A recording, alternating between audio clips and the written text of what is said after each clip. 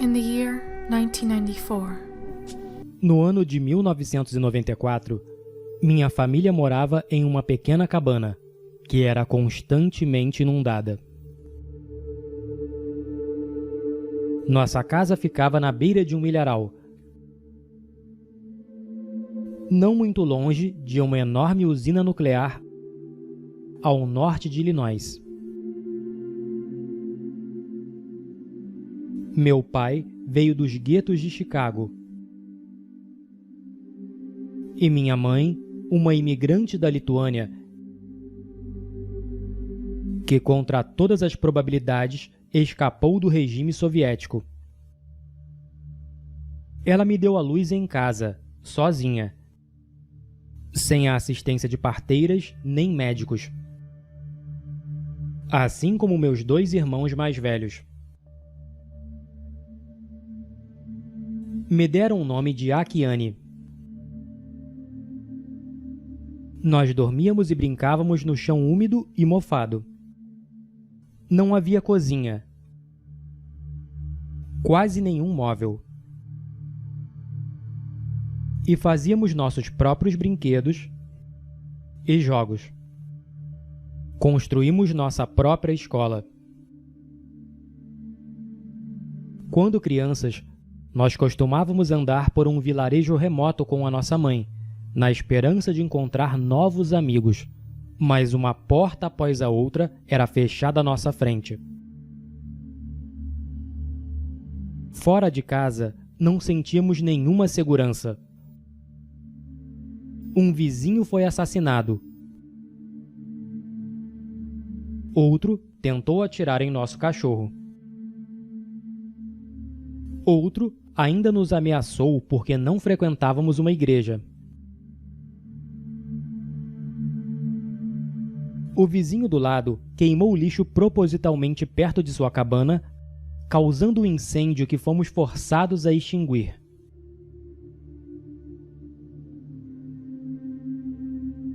Quando nossa água potável foi envenenada, meu pai adoeceu seriamente e não tínhamos dinheiro para despesas médicas. Enquanto minha mãe procurava maneiras de sustentar sua família, meus irmãos mais velhos tomavam conta de mim e cuidavam de mim, dia e noite. Caminhávamos na neve de meio metro para diferentes cidades, vendendo comida de porta em porta.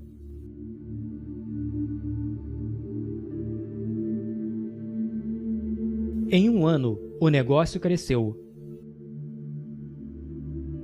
E eu também. A saúde do meu pai começou a melhorar lentamente. E o negócio da minha mãe tornou-se tão bem-sucedido que nos mudamos para uma nova casa no Missouri.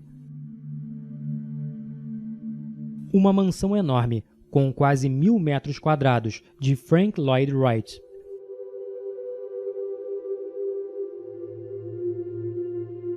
Minhas melhores lembranças vieram de morar lá.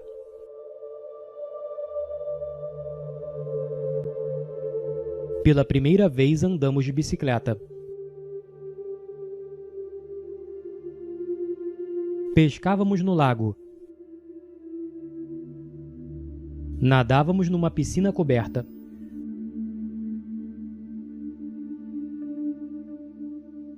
Desde a manhã até a noite, criávamos nossas próprias músicas. Preparávamos nossas próprias refeições. Não havia TV ou rádio em casa. Como eu não tinha parentes ou amigos por perto, meus irmãos mais velhos eram meus melhores amigos e mentores.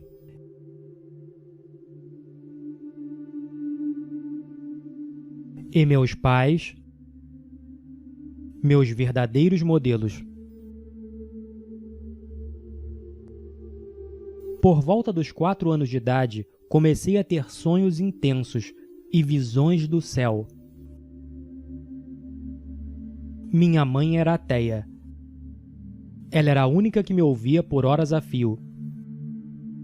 E acreditava que o que eu estava descrevendo eram minhas experiências reais. Eu nunca fui atraída para a leitura, mas esbocei tudo o que me lembrava, dos meus sonhos às minhas visões, incluindo 2 seres celestiais que estão especialmente próximos de mim. Nomeei um deles meu anjo. Mas a cada vez que tentava esboçar o segundo rosto de memória, ele continuava desaparecendo. Assim que a saúde do meu pai melhorou, minha mãe surpreendeu a todos ao desistir repentinamente do negócio e ao colocar sua casa à venda. Ela queria passar mais tempo conosco, principalmente comigo, porque ela começou a acreditar que o céu que eu tinha visto era real. Em um dia de primavera, quando eu tinha por volta de 5 anos, algo inexplicável aconteceu. Eu desapareci.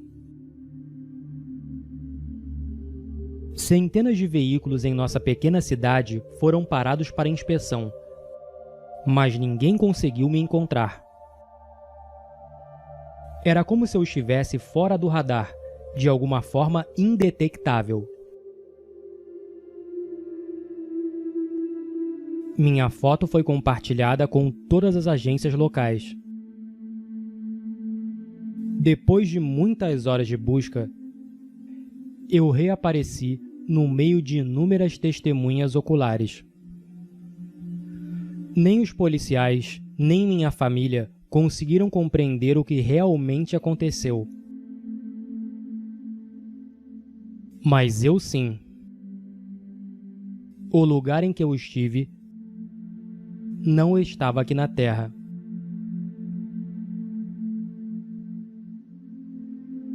Depois daquele incidente misterioso, eu não conseguia parar de desenhar em pastéis coloridos. E às vezes ficava acordada a noite toda fazendo esboços.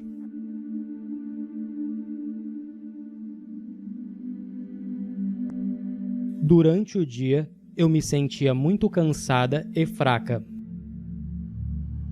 Ocasionalmente, eu participava de feiras de arte e concursos de arte pública, mas só me sentia desanimada. Até mesmo frequentei brevemente uma escola pública próxima, mas um dos professores estava constantemente zangado comigo, porque eu corrigia todas as linhas nos livros de colorir. Eu achava que as linhas estavam todas erradas.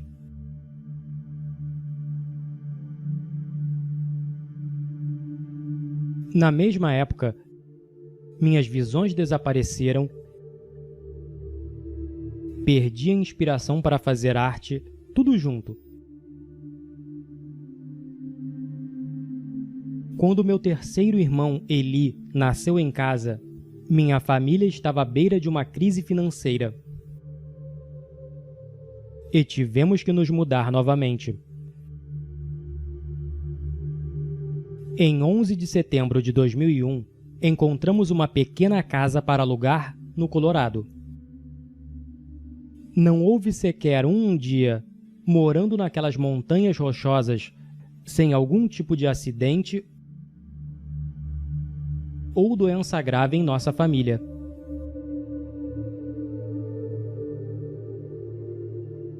Tentei voltar para a arte, mas eu simplesmente não conseguia. Escrever poesia se tornou meu foco principal.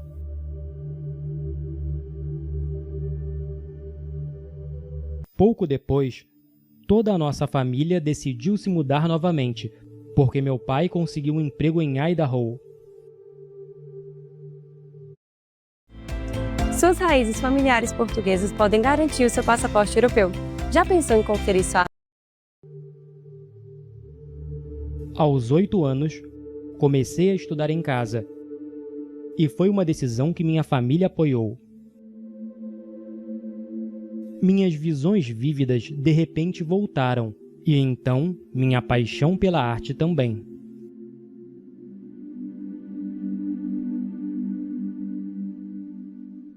Apaixonei-me por óleos e acrílicos.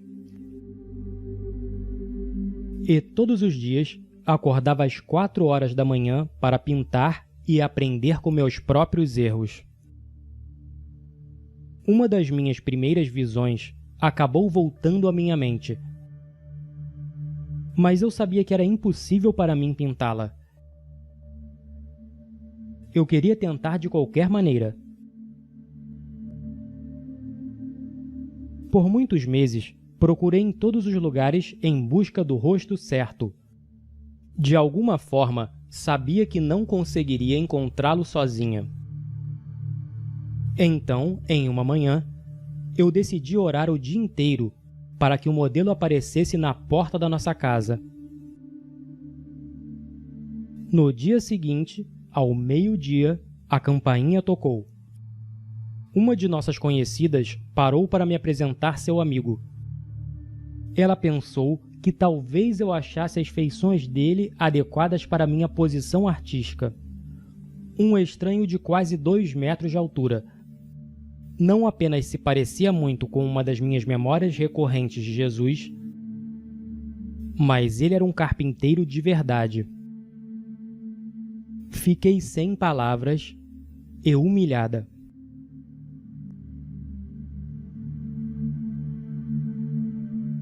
Após 40 horas de pintura, não consegui mover um dedo. 40 horas que pareciam 40 anos. Ainda faltava muito para pintar, mas eu estava exausta demais para continuar e tive que parar.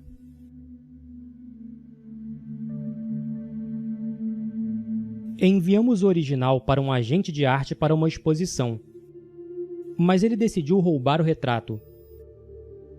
Inesperadamente, Jesus tornou-se um refém. Mais tarde, a pintura foi vendida por praticamente nada. Eu nunca fui capaz de ver minhas impressões originais novamente. Apenas as fotografias e reproduções. Fora do meu círculo familiar, ninguém parecia se importar com minha arte. Alguns até sugeriram queimar todas as minhas pinturas e escritos.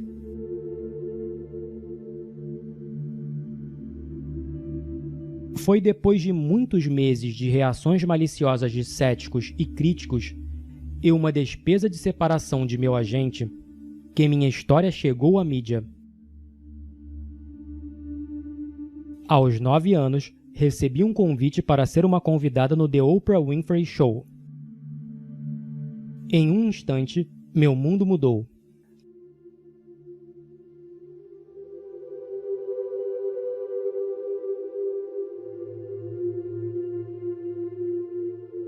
Graças a centenas de aparições na televisão, entrevistas no rádio e aparições em shows de arte, aos 10 anos, meu primeiro livro inesperadamente se tornou um best-seller.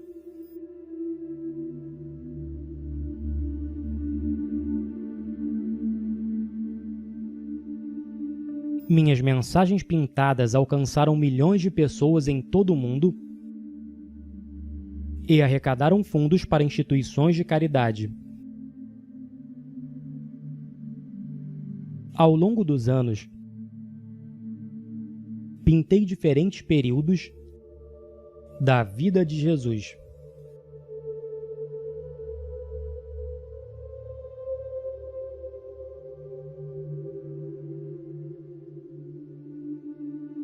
Mas a minha dor pela perda do meu retrato favorito nunca diminuiu. Nos 12 anos seguintes, Deus me levou a uma jornada extraordinária ao redor do mundo para pintar histórias reais de vida.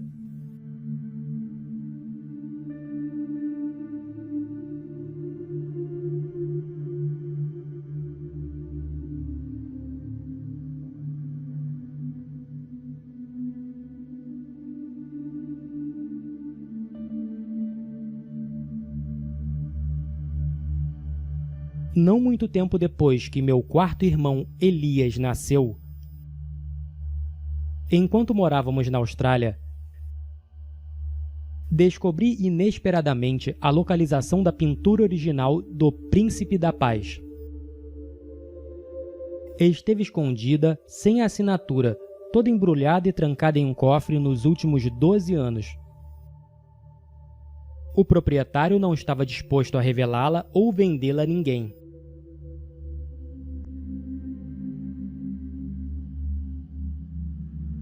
Quando completei 22 anos, me mudei para uma pequena fazenda no interior, perto de Chicago, Illinois. O fundador de uma das principais empresas de cunhagens de moedas do mundo veio de longe me ver. Ele me convidou para colaborar na imagem do Príncipe da Paz. Essa imagem seria cunhada em uma moeda de ouro. Foi uma tarefa difícil, mas concordei.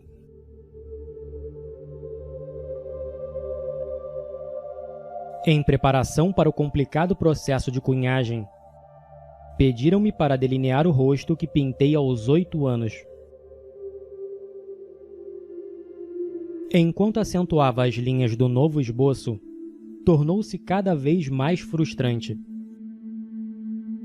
Porque um esboço para cunhar uma moeda deveria ser muito simples. Estranhamente, quanto mais pressionava o lápis, mais detalhes se revelavam.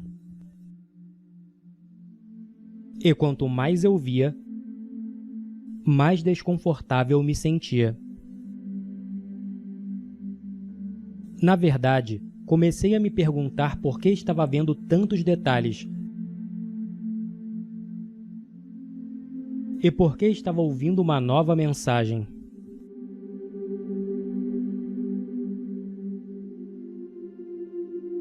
Então orei sobre o que deveria fazer.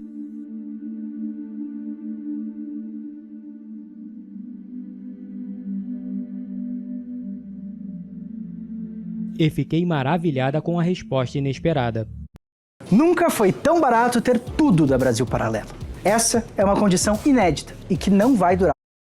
Inesperada. Apesar de todas as minhas dúvidas, peguei uma tela de linho e comecei a pintar minha visão.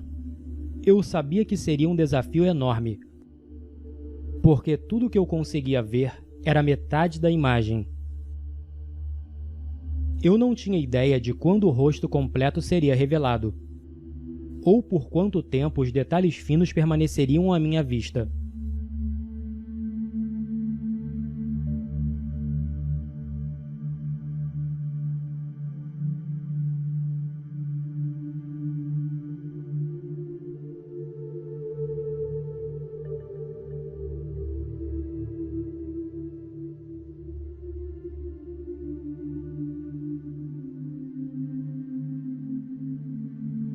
Na véspera de Natal, acordei de um pesadelo em que meu retrato havia sido completamente destruído. Corri para meu estúdio e o que percebi me assustou. A sombra de um dos lados estava sem vida. Era como se houvesse um véu misterioso cobrindo metade do rosto, me impedindo de pintar mais. Não importa o quanto eu tentasse remover o véu ou pintar sobre ele, eu simplesmente não conseguia.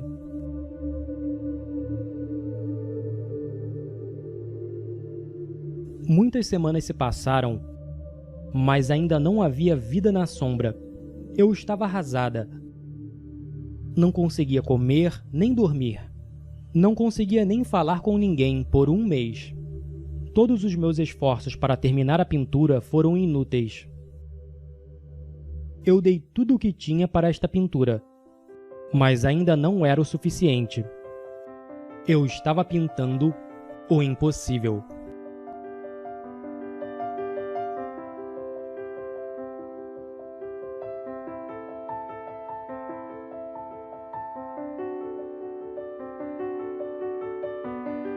Eu estava perdendo as esperanças e estava prestes a abandonar essa incumbência divina.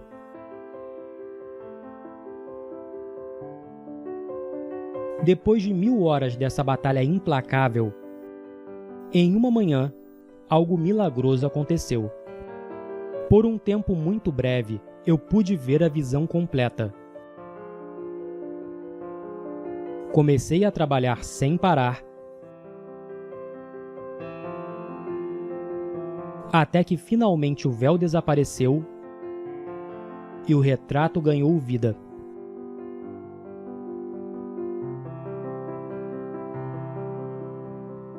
Por todos esses anos, Deus estava esperando que eu crescesse, para que eu pudesse entender e pintar completamente a mensagem mais poderosa para a humanidade. A mensagem de fé inabalável, amor incondicional e vida eterna.